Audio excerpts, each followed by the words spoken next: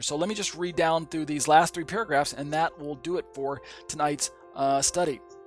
Remember, again, go back. You can read this online at www.ligonier.org and look for the article known as Triune Monarchy. All right, so let's read Dr. Sproul. He's referring to what John wrote in that we just looked at a moment ago in John 1:1. Dr. Sproul says, what is so striking about John's prologue is found in his opening words. And now let's listen to a quote from the Bible once again. In the beginning was the Word, and the Word was with God, and the Word was God. He, speaking of the Word, was in the beginning with God. All things were made through him, and without him was not anything made that was made. In him was life, and the life was the light of men. That's, of course, John 1:1-4. Dr. Sproul comments, these few verses are staggering in their affirmation. On the one hand, the Logos is distinguished from God, inasmuch as John writes that in the beginning the Word was with God. And you notice that in the English, that this is conveyed, this is the accurate portrayal of the Greek. We'll look at the Greek a little later, we won't look at it tonight.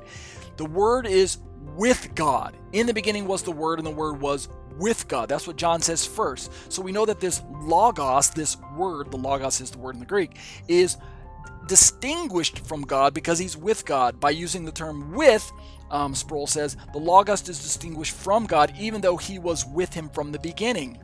But then the profundity intensifies in the very next clause where the affirmation is made that the Word was God. Of course, this creates a paradox in the English.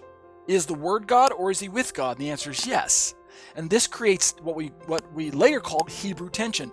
Why would John write something that would create theology pulling off to the left and theology pulling off to the right, what we call tension or paradox, right? Which way are you going, John? Well, that's the whole beauty of the mystery, right? If you're a Mysterian theologian, if you're a Mysterian Trinitarian, then you revel in the mystery of the fact that God is both the Word and God himself. So Sproul continues, on the one hand, the Word is distinguished from God. That's true. And on the other hand, the Word is identified with God. That's also true. That's the tension. That's the paradox. And that's what we have in our scriptures. And that's really how the burden of proof is on the Unitarians or on the strict monotheists who say that there is no triune God. Explain this to me. And of course, again, Unitarians such as Dr. Dale Tuckey come along and say, oh yeah, well, it's very easy to explain that this Word that was with God is simply that first creation of God. But I disagree. All right, let's keep reading Dr. Sproul. A Christology that honors these 2 affirmations of the prologue of John must include an identification of the second person of the Trinity with God, while at the same time having some distinction in it that would distinguish Father from Son and subsequently from the Holy Spirit. Christology is just the study of the nature of Christ or the nature of Messiah.